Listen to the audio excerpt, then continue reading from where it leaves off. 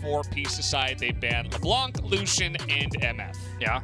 The targeted ban once again against Babip in Italy is really cool to see, but this will mean that SolidSnake can play his Lee Sin, will actually get through the draft here the first time today. That's going to be first pick priority with MF off the board here too for Peace. Does feel like you lose both a really strong jungle pick in this, but also that really top tier bottom lane. So they're going to look towards the Lillia here for Babip once again, going down that AP jungle line. We saw an incredible play from him, the flash in, sleep there to try to bring things back against Hanwha earlier on today.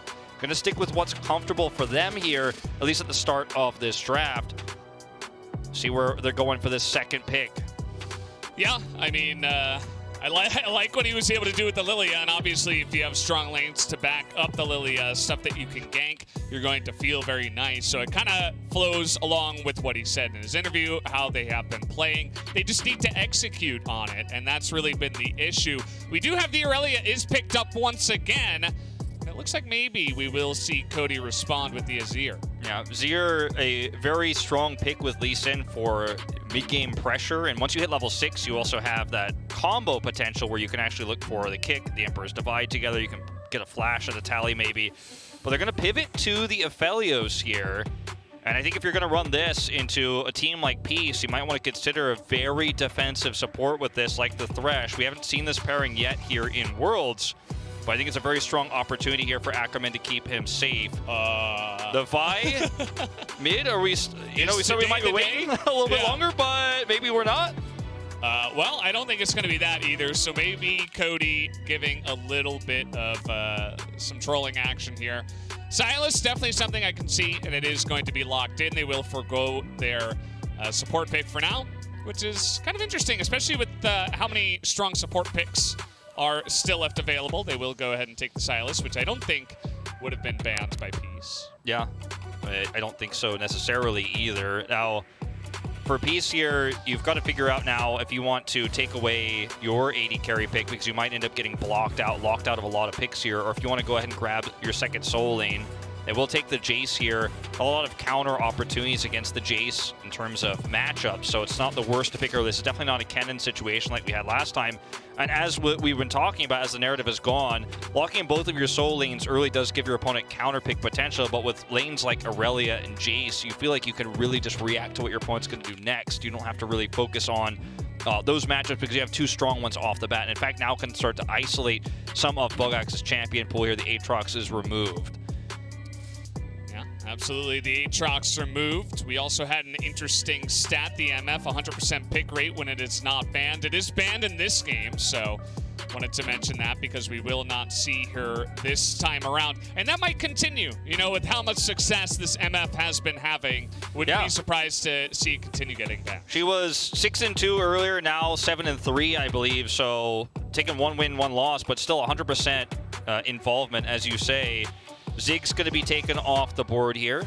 Another strong ban against Violet. We saw that earlier. And the Kennen is removed. Interestingly, with both the Irelia and the Jayce, which can, of course, be flexed, it's a very comfortable matchup. But when you consider that you've already got a Sylas on the other side, the Kennen gives you a lot of engage potential. When you're thinking about, okay, I got to deal with this Lee Sin's flank potential, I got to deal with Sylas, who can actually have a really strong engage, and then a Kennen on top of all of that. I understand the ban here, even though it doesn't make sense from a matchup perspective. It does make sense in terms of the synergy with the composition that Infinity Esports are building. Yeah. Can also just sit it by that Aphelios, and if Peace continue to draft very aggressive kind of divey stuff, you can just throw out the slicing Maelstrom and say, well, come at us. I dare you. Seen that sometimes before, those reactive Kennen ultimates, but we will not see it in this game because, of course, he was banned. So, we do have a Xayah hover, which is definitely something we haven't been seeing too much of, and it is going to be locked in. Yeah, the Xayah, very interesting to see here in this tournament. We've seen it as a counter pick in the LPO and in Korea oftentimes for Kai'Sa, but she's fallen out of meta. Xayah has fallen with her. Bit of a Riven hover here. I'd love to see it, but I think we're getting teased again. And it's going to be the Lulu going down there with the Aphelios. So, well, I say that. Okay, so it's going to be the Gnar. There we go. And this is obviously a really strong pick to have with the Sylas. You never want to play that into the Sylas because it gives the Sylas a lot of opportunities. But when you have all the engage tools that this composition already has, it can be very terrifying They're looking for an aggressive support now with this too. The Pike is going to give you a lot of pick potential. The Thresh, I love the Thresh here with a different composition, but they actually go, looks like, for the Rakan here to lock things up. So you have, you know, a lot of power in this lane with the Aphelios to play around that farm defensively against the Xayah. You don't know what your opponent's pick is going to be. The problem with this Rakan pick is now you give them the Leona counter pick, potentially. Now, they're looking towards this Lulu again for some of that mobility around the map. A lot more powerful with 2 strong melee frontliners. And I like the Leona better because strong counter pick for lane. You've got the Xayah already very strong into this matchup. So this is my biggest issue with the Rakan. If you took the Thresh, I'm okay with it. You take the Pike even. You have a lot of pick potential. And there were a lot of options. You mentioned it earlier on. So many supports available here. Amumu actually falls through this draft completely. Yeah. Definitely a interesting decision there. But yeah, I mean, at the end of the day, the Leona seems very obvious that it does come through there. And pieces draft, like, overall, all the pieces, forgive me, but they come together, except that Xayah feels a little bit out of place. Obviously, it can deal with a little bit of, you know, the Gnar action, the Lee Sin that wants to get in there, the Rakan now even. Feels like that was drafted straight into the Xayah. Maybe just an extra piece to make sure they can lock that down. But, you know, even the Irelia and the Jayce, those are a couple of picks. If you are jumping into a fight and you immediately get CC'd by all of the crowd control that they do have on the side of Infinity Esports, you're not going to be feeling too good. Yeah, I think that's definitely the logic behind this pick. You also don't have to, you know, run something like a Thresh. You could still keep your safety in check with the Xayah pick while also having an aggressive support that can help your engage, because you do have long-range engage with Vanguard's Edge and the Solar Flare that you can have with Leona. Then you can, of course, follow up with the Zenith Blades. You have a decent amount of poke to start the fight off with the Jayce. There is a little bit of synergy, once again, as we mentioned before, with the Lillia and the Irelia. If the Irelia engage is good, if you can set up for that really nice Vanguard's Edge, it makes it really easy for Babip to follow up and set up a sleep in the middle of a fight. Then you can prioritize the right targets. Alternatively, you could do it the opposite direction, and Babip can be the one who leads that. But that's going to rely on a lot of things. When you have a Sylas on the other side and a Lee Sin, plus that Rakan, Babip's positioning is going to be so important, so crucial if he's going to want to set up for those sleeps. That stopwatch timing will be keeping a close eye on when he can pick that one up, because that's going to allow him that freedom, that get-out-of-jail-free card when he does go ahead and toss that Q through. Yeah, I mean, I have a lot of faith in Babip after what he was able to do from 10,000 gold down against INF Esports. Nearly was able to turn some fights around and got some of them started himself. So definitely enjoying what he has been bringing on this pick. And we are here. It is Infinity Esports up against Peace. Both 0-2, actually, these teams. So it really is make or break. I mean, if you lose here, you go down 0-3. There's 5 teams in this plans group. You're not going to make it through. It's just really not going to happen unless you have some insane tiebreaker that somehow you're able to make it in. But very unlikely. So both of these teams, they're kind of fighting for their tournament chances in this one game. This is the situation they put themselves in, because they, of course, have gone up against some other strong teams and lost to them.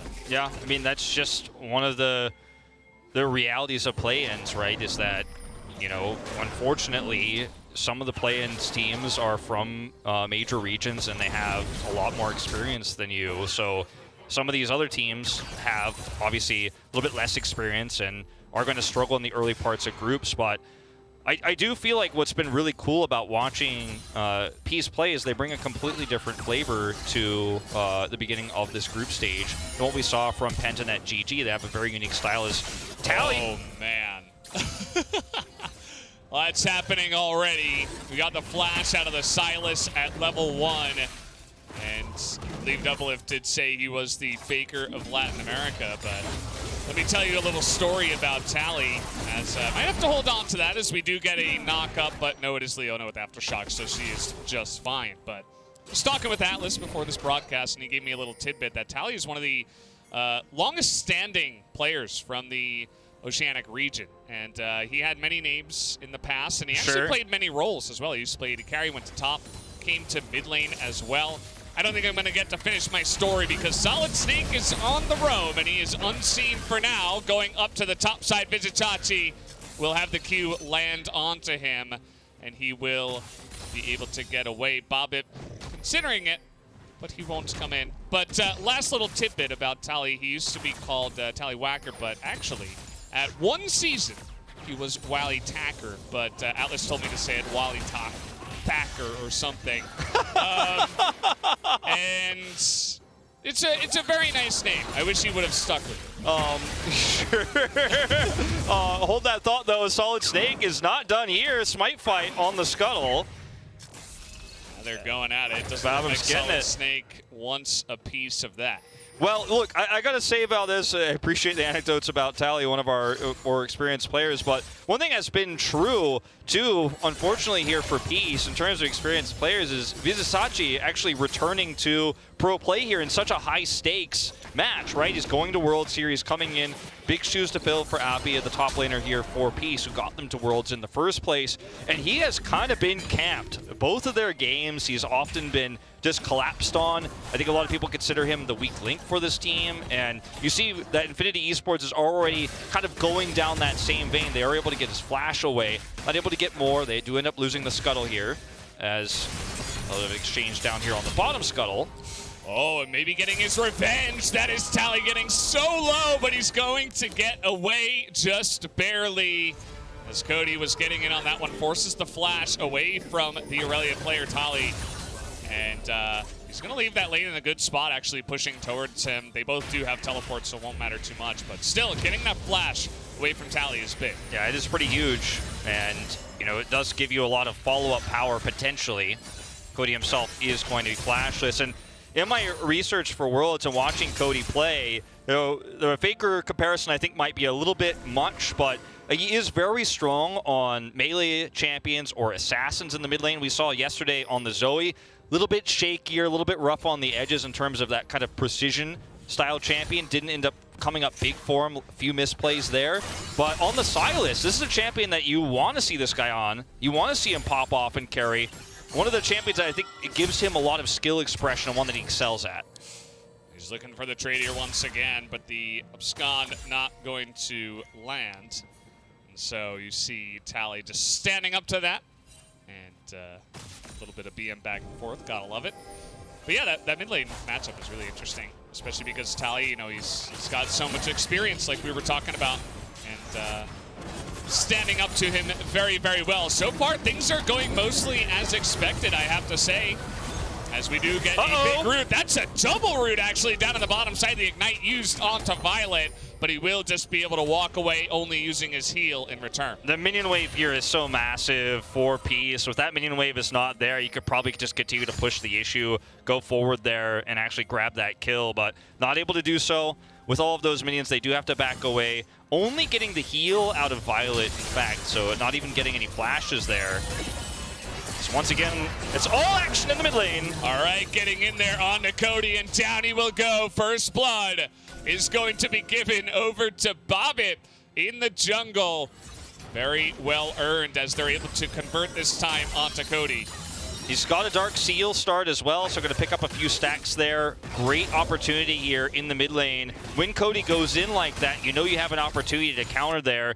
The Vanguard's Edge to clear things up there at the last moment, traps him in there, and the damage is real at this stage in time.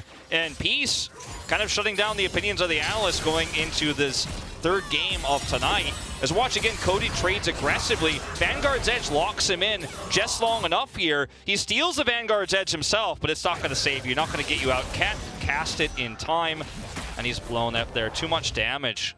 Got to be so careful when you don't know where the enemy jungler is about trading that aggressively against a champion like Irelia that can spin around on a dime. Very nicely done. And yeah, I mean, that's going to get it started here for the side of Peace. They get that one kill. Here's to hoping that the team that gets that early lead can turn it into a little bit more. Only Hama Life today, I believe, was the team that was able to pull that off. And yeah, I mean, they're in a pretty good position right now. They have their Jayce up on the top side about to receive a nice wave that's coming into them, so he's not going to fall too far behind. He's actually playing very passively. I'd love to see the top lane. Yeah, here it is. As he's actually not 100% sure. You know, he doesn't have a lot of vision, and with Gnar up, he's like, okay, I can't really be sure that I can approach this turret. But the second that the Gnar backs away, he can finally scoop up the minions. I mean, considering what's happened to him all throughout those first 2 games here, the play-in stage, and earlier in this game where he lost his flash, you got to respect that if you don't know where the Lee Sin is, you've just got to play a little bit passively up there. And Gnar is never going to be able to put that much damage on your turret. Yeah, he has demolished and get a plate. As more trading in the mid lane. This time SolidSnake is nearby, and there is a ward that did spot him, so Babip and Tali just going to laugh at him. He's got level 6, but I don't think you want to commit with Cody nearby. This is actually really risky. Ooh, Ackerman's here, and so is Whitelotus. They're just going to jump onto this guy. Even the Moonlight Vigil comes in, and Cody is going to scoop up the kill, as Tali still did not have his flash, so just goes down there. Ackerman able to set up that kill. I feel like 2 kills does not do justice to how much action we've seen in the first 9 minutes of this game. All about the mid lane. And we talked about it going into this series. The analyst mentioned it as well. This is going to be the type of game that is explosive, and getting early leads is so critical here for teams like these that need to get that early advantage, to get that tempo lead. You know, teams like these that aren't as skilled at taking small advantages in the mid game to turning them into late game advantages. You want to snowball this, and it's been very back and forth. Gold lead only 200 or 300 for Peace here in this early game. And again, trading that kill back is so massive, but the CS difference here on the something suddenly in my ear, not sure if that was on stream or not, but anyway, for the CS difference here for Tali is still pretty massive. See a group up here for the Rift Herald. Yeah, they're going to try to fight for this one. Babip maybe looking to line up that sleep onto multiple. Not quite able to do it, but it's a very aggressive push into the river. It allows them to secure vision control at this point in time. Whitelotus is going to the bottom side trying to catch a wave. So if Peace were going to go for this, this would be their time. Doesn't look like they want to get right on top of that objective just yet, though. This is actually really tense because this first Rift Herald for Peace, if they take it, is going to explode this advantage for them. Infinity need to contest this. Right now, Whitelotus is kind of pinned down. You don't have a Mega Gnar bar, so getting into this choke point against this Lillia is just so difficult. Emotes flashed here because they know stealing this one away is basically unrealistic at this point. They're going for it. Oh, but Buggax got that ultimate. The Mega Gnar could not come any sooner. He's begging for it. Here it is, and he's going to get them against the wall. The 2 will immediately go down, and Babip is no different. The sleep comes in way too little and way too late, as it's a triple kill already for Buggax, and they're looking for a bit more. Xayah will be able to back off of that play, but man, Infinity take a huge lead. What a great decisive engage. I said unrealistic, but they forced it. They made it work. They're able to pick up the Eye of the Herald here, and it was a perfect engage here from Buggax, who's now got 3 kills on this Gnar. Just barely is able to get that Gnar bar up. I mentioned right before the fight, he didn't have it. Is able to get that up, able to get the multi-knock into the wall.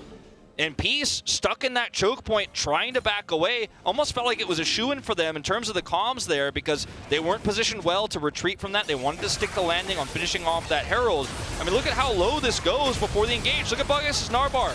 And look at where he is, 1v3. Yeah. Such a perfect play from the Latin America player. Goes into the brush here, ward has to be used, and then boom.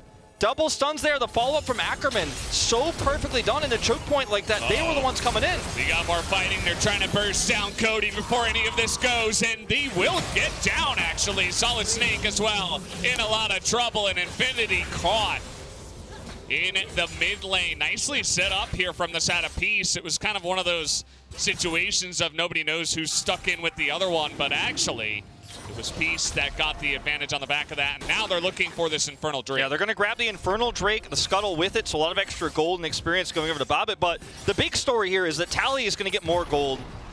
He's sitting at 0, 2, and 3, but that doesn't really tell the story of his lead against Cody, because he's 40 CS up right now. And all of those minions crashing into the mid turret means less gold for Cody. Buggax has red buff. Vizicsacsi has no flash right now. He's just going to get run down in the top side, while we had the MasterCard First Mythic and the Infernal Drake coming down at the same time. So at least Peace are able to get that, but man, some of their lanes, you know, especially Buggax is basically just running the show by himself. I mean, this is insane. And the thing is, Sylas, against this composition, can steal, obviously, the Vanguard's Edge, which is going to be quite critical, or the Solar Flare. And even though he is behind, even though he isn't fed, talking, of course, about Cody here in this game, he's going to be able to help set up with those ultimate hijacks Buggax to carry some of these team fights. Then you've got Aphelios and what he can do on top of that CC. So this is not a lost game for Infinity by any means. They've even taken a gold lead right now, but the disadvantage in mid can be shored up by this massive lead for the Gnar on the top side. Yeah, and you know, generally Gnar, not a carry champion, but when he gets Divine Sunder and he's 4-0, 13 minutes into the game, anybody can be a carry. So yeah, your dreams can be lived out. Even you Singed players out there, or any other kind of tanks, even you Ornn players out there, you can do it. And just watch Morgan. Yeah, or Kingen. True. Yeah, I mean, Peace kind of grouped up for it at that Rift Herald fight, and Buggax found the perfect timing. And really, it's all kind of the dominoes falling after that. And Sally's trying his best in the mid lane. He's really trying to be aggressive on the Irelia. This is something they even talked about in that recent interview with Babip. Like, they need to win these lanes and get a comfortable spot in the mid game. As I say that, but Tali's getting CC'd down. The Vanguard's Edge from the Sylas doing a lot, but he's able to turn it around as Babip comes in, and the Q from the Lee Sin will sail wide, and Tali gets out unscathed. Yeah, Buggax not able to get in and make that impact there. This is actually really well played by Tali because he knows his teammates are going to collapse in and save him. What looked like an extremely risky and greedy play ends up being the correct one. They're able to bait Cody in, get a pick here, stave off this Rift Herald pressure, and continue to maintain that control around the bottom side of the map. And unfortunately, yet again, even though Buggax has so much gold, if he doesn't have the ability to Gnar into these fights, or actually set up with Mega Gnar, be in the skirmish itself, that's when you feel the Sylas deficit. That's when you feel, okay, this Aphelios doesn't have a Mythic yet. He's still working on that shield bow right now. He's still a ways away from that. These small things, these small deficits in the mid lane, in the bot lane, are going to be very impactful when Buggax isn't there. Later on, when we see real straight-up front-to-back 5v5 team fights, that's when Infinity can obviously use this to their advantage, the fact that they have a 4-0 Gnar. We just have to get to those fights first, and they have to stave the bleeding before then. They're looking for a fight on the Tali right now. Yeah, he's trying to bait him in for the Leona, but guess what? SolidSnake's here too. Nice dodge by Tali. He's trying to buy time for the Lillia to make his way up here. As a sleep will come in onto both of them. The Lee Sin trying to flash away, but it's not going to be enough. Swift up by the Lillia. Big Gnar into the wall, but Buggax is just a little bit burnt out. And he will get taken down, shut down by Babip, who is 6-1. 6-1, 10 stacks on that Dark Seal. That's a ton of extra gold going up to this Lillia, who makes the right call to come through. And I gotta say, Tali's performance on this Irelia has been fantastic. His lead in the mid lane is part of why Cody is struggling to actually make an impact in some of these mid-game fights, where he's not able to teleport in. His teleport's often down. He's not able to join. If he did, he'd be crushed too. He has to kind of sit back and farm, so you know you have that advantage in the side lane. And then when you add this Lillia coming in on top of it, Tali goes in, is aggressive, and then it's just been so good at using Irelia's Qs to get out of dodge, escape, and actually bait Infinity in. You see Babip come through there for the finish. And as you mentioned, he's 6-1 in this game now. Went for the burst damage again with this Luden's Echo. And I gotta say, Infinity really struggling to stick through this mid game where they can, if they don't take these poor fights, if they don't end up getting picked and overextending here, you can absolutely come back in the late game with the comp that you have. But the overextension here is real. Double sleep into the follow-up here from Babip, and that's 2 kills. Yep.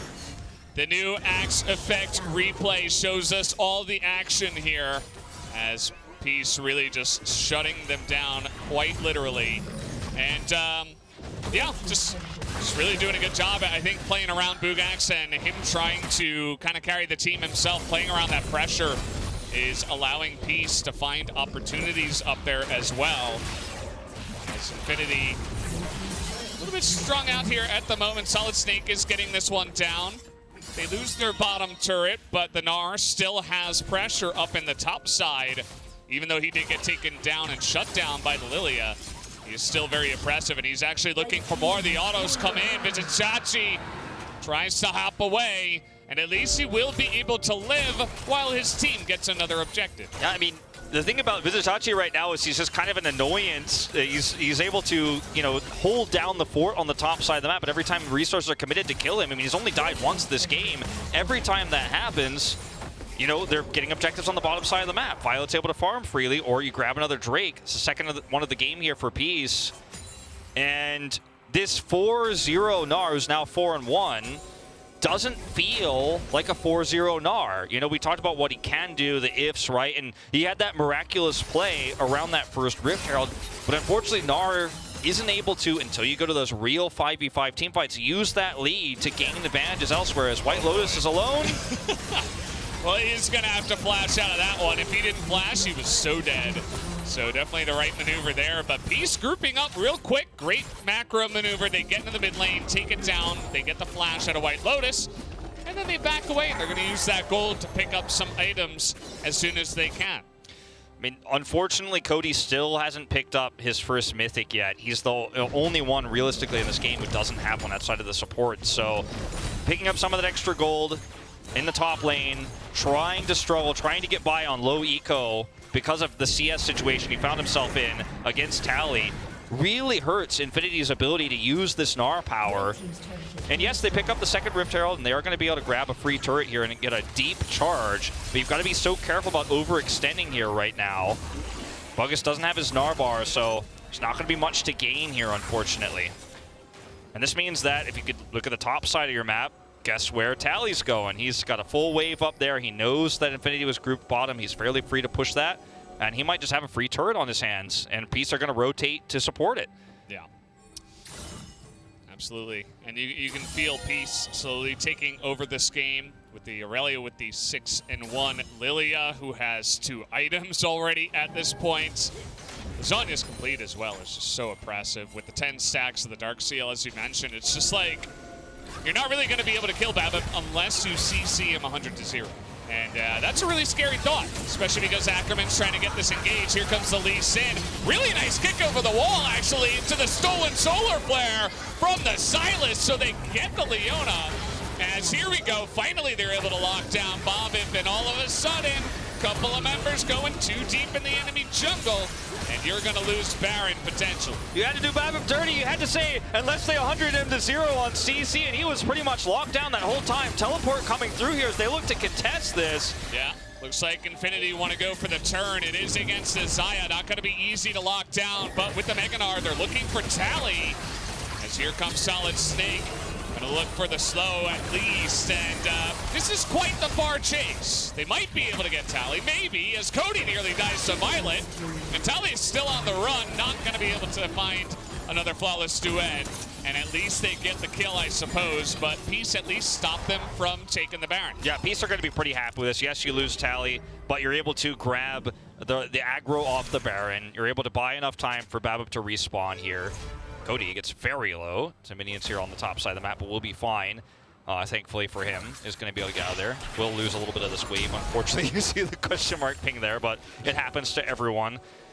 Is finally got his Everfrost online now, so is going to be able to have a bigger impact in these upcoming team fights. Can set up for some roots, can try to punish Babip. As we saw in that last fight, you called it out right before.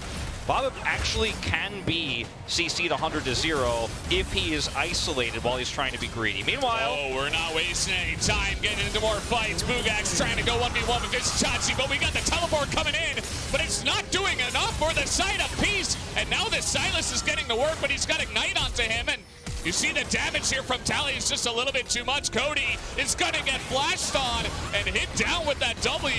As now we do have the rotations coming in. We got Infinity looking for a little bit more.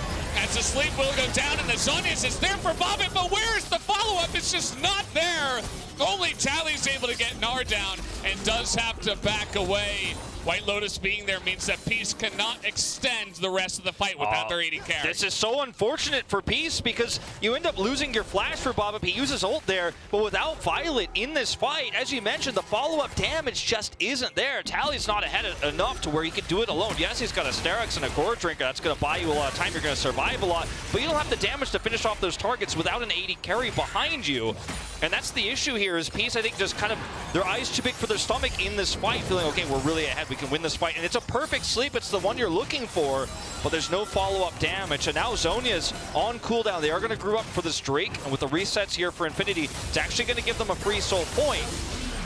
But it does feel like this could have been a much nicer position had Peace not fully committed to that last fight. Yeah, and a lot of these fights, to be honest, have kind of been like, okay, well, we have more vision. I think we got this guy caught out. Let's go on to it. And then it's like this pile-on effect where it's like, oh, who can get there? Who can get there on time? Should we use a teleport? And like everybody's just diving into the pit. The macro here in this later stage of the mid-game it doesn't feel structured very much, you know? It's like we got this 1v1, we got a big roam down to the bottom side, and then all of a sudden, all hell breaks loose and everybody's teleporting and running down bot. Yeah, I mean, when you look at how this fight started, it looked fantastic, right, for Peace. They had the numbers advantage, but Cody's able to survive long enough, gets that last second flash away, and that buys enough time for the big rotation down. And without Violet here, I mean, look at where he is right now. He's not even crossed the midpoint of the map. You just can't win this fight, and this attempted turn is the part that's just a little bit too optimistic for me to stomach, because yes, it is a great sleep opportunity, and yes, you are a fed Lillia, but you alone can't do it yourself. Yeah, I mean, the second you see that Aphelios, you could have said, okay, there's 4 men slept, like maybe Tally can jump in and kill everybody. Well, it's so risky. It's so risky to do that into the Aphelios who's got Crescendum and is just waiting. He's champing at the bit. Here we go. Speaking of which, they're going to get on top of the Leona, who has to blow her stopwatch. As now trying to go forward. The Solid player not able to do too much. And now we'll go to Leona first as we have Babip getting wrecked on the top side. Not able to survive for long enough. Tally is trying to go 1v5 quite literally. He's going to get one. And now we have the Xayah looking for the turn. Unbelievable plays right now as the Irelia goes in, but unfortunately gets stunned down. Maybe the dream is dead. Violet and Vizicsacsi trying to turn this one around, and they should be able to, but Buggax is way too fed as the red buff. Will it be enough? No, it will not, as Buggax will clean up the house and be the only one left to stand. I mean, we're 27 kills into this game at 25 minutes, and this is the kind of action you expect to see. And finally, Buggax is 12-2. Gnar now is starting to really show itself here, but it was a really close fight, and you could see the potential of what this team comp for Peace can do when their AD carry is there, when Violet is here. Now, if he had actually, you know, a third item online, if he has an Infinity Edge here in this fight, I think they end up winning that swimmingly. He's not quite that far online just yet. He's 1-1-3 in this game, so we haven't reached that late game Xayah power yet. But what's scary for me for Infinity is that you can see that how difficult it is to kill this Irelia in these team fights, and then the follow-up CC in these longer fights here for Peace just allows Violet free reign. And yes, at the end of the day, a fed Buggax is going to clean up house, but look at how much space Tally buys for Violet. Like, he is untouched in this fight. Now, I know you're probably watching this thinking, well, Wolf, but I mean, they still technically win the fight.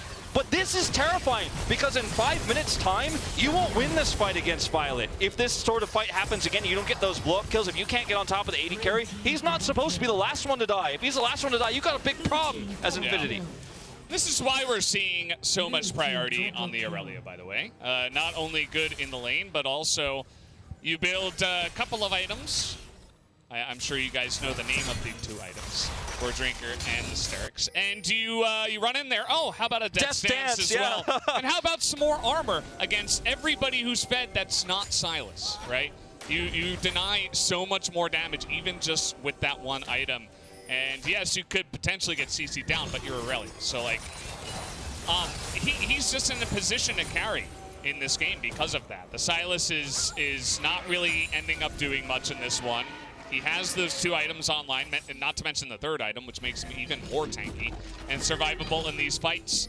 And especially when there's 4 people on top of you, you're going to get even more value out of that Gore Drinker, and it makes you even more annoying to handle. And having the majority of your damage being basically only the Aphelios is, you know, sometimes it's enough, but sometimes when you're facing a Irelia, it is not. As we're seeing it engage right now onto the Jayce. They're trying to drop down Vizicsacsi, and they will be able to. They take down the Jayce. A huge sleep is coming in. Let's see if the Irelia can get it done. Tally is in the back line doing so much damage, but he will eventually be taken out by Buggax. as we do not see the Aphelios this time, but Buggax is like, I don't care, I'm the AD carry. Unfortunately, not really able to stand up to Violet and his red buff. He is chasing them down, and this Xayah, in a game like this, is ending up getting some decent value. And Valdes, I said it was going to take maybe 5 more minutes, and then we'd see a fight where it doesn't go like that, but it was only moments after the previous one where we see Violet clean up house again, and Tally, he survives so long with these items, as you mentioned, that it just becomes nigh impossible to lock him down. And we're going to see this Drake fight here. This is for Cloud Soul itself, not Cloud Soul Point. They've already gotten that. Steal? Nope. Nope.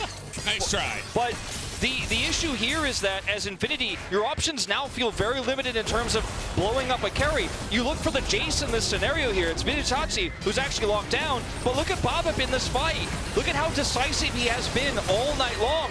Flash forward, multiple sleeps, 4 set up here into the Zonias. You can't lock down this Lillia, who gets another Q off in the fight, and everyone is focusing down Tally. You've got to get on top of Violet here, but it's just too little too late. And if Violet, again, if he's able to survive long enough, we talked about it in the draft, Xayah is one of those champions that is impossible to lock down when you've got such a strong front line.